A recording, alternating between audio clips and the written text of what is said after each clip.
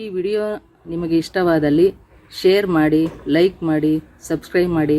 ಇನ್ನೂ ಹೆಚ್ಚು ವಿಡಿಯೋ ಮಾಡಲು ಪ್ರೋತ್ಸಾಹ ಮಾಡಿ.